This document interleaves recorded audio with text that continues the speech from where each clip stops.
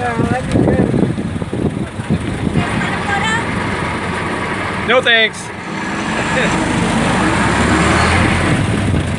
Welcome guys, I'm Jerry. I'll be your driver for a little while here. Okay. Have you ridden one of this before?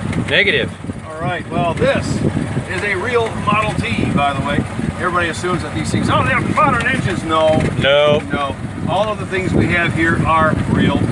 All of our historic vehicles are what they are. This is a 1927 Ford Model T touring car.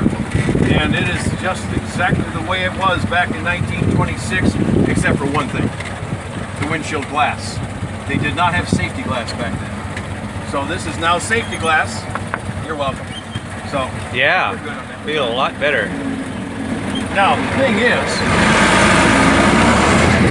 a lot of folks think that, oh, this is the only kind of car they had. No, there was about 3 or 4 or 5 to 6 different kind of body style.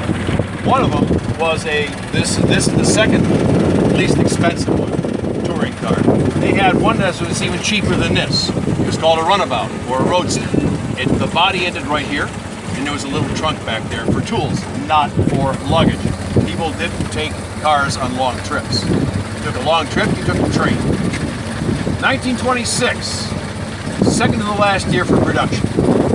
Now they did make enclosed cars. They made coupes and sedans, and there was a top, they had windows and a side. However, they had window glass, regular window glass, not safety glass. People didn't want to be in them in an accident, and I don't blame them, because you'd have pieces of glass flying all over the place. Also, they happen to cost twice as much as a car with the folding top. Now, you do know the difference between a coupe and a sedan, don't you? Doors. No. Wrong. Modern car companies don't want anybody to think that a car with 4 doors is unsporty. So they say, a 2-door car is a coupe, 4 doors a sedan. That is wrong, wrong, wrong, wrong, wrong. Cool. Now, the definition of a coupe back then was an enclosed car with no back seat. A sedan. A sedan is an enclosed car with a back seat. If it has 2 doors, it is called a 2-door sedan. If it has 4 doors, it is called a 4-door sedan. Very good. Anyway, people didn't really want to buy them. They did, but not nearly the amount of the cars you see here. These are the most common ones. About 70 to 80% of the vehicles sold were ones with soft tops. They didn't come out with safety glass until 1928. Anyway, this being 1929, or I'm sorry, 26, this is an interesting automobile.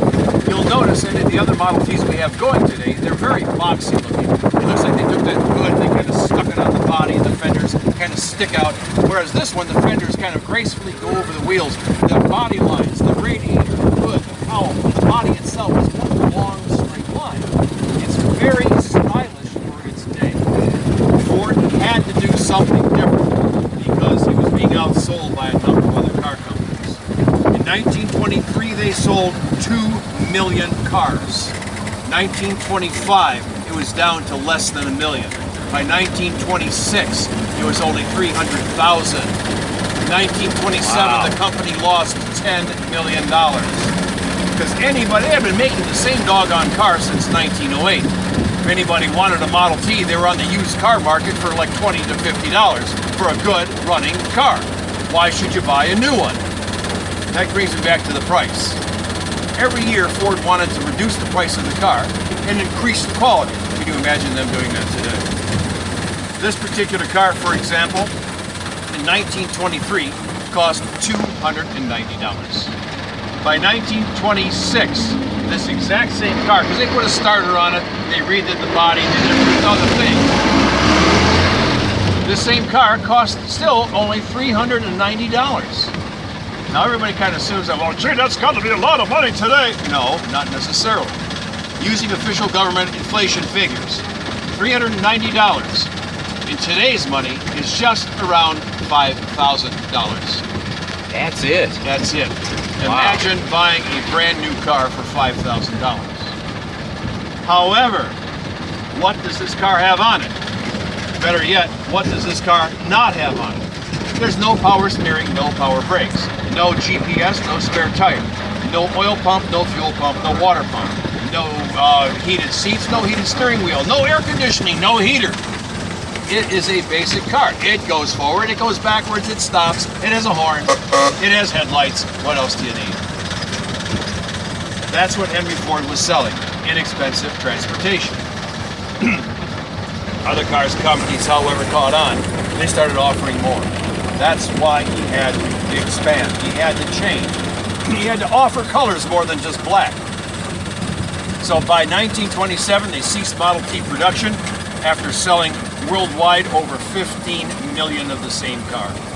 That record wasn't broken until 1972 by the Volkswagen Beetle. 1928, they closed down the Highland Park plant and started producing cars in the Rouge plant and other plants all over the country and world. When bringing the Model A out, which was a more modern car, 40 horsepower instead of 20. It could do 65, 70 miles an hour top speed, but it had four-wheel brakes, whereas this car does not have brakes on the wheels at all. The car has a top speed of 45 miles an hour, but there's no way on earth that I want to do 45 miles an hour, even on today's roads. Back then, you couldn't do much more than 20 or 25 on the rock roads of today. I'm going to show you guys how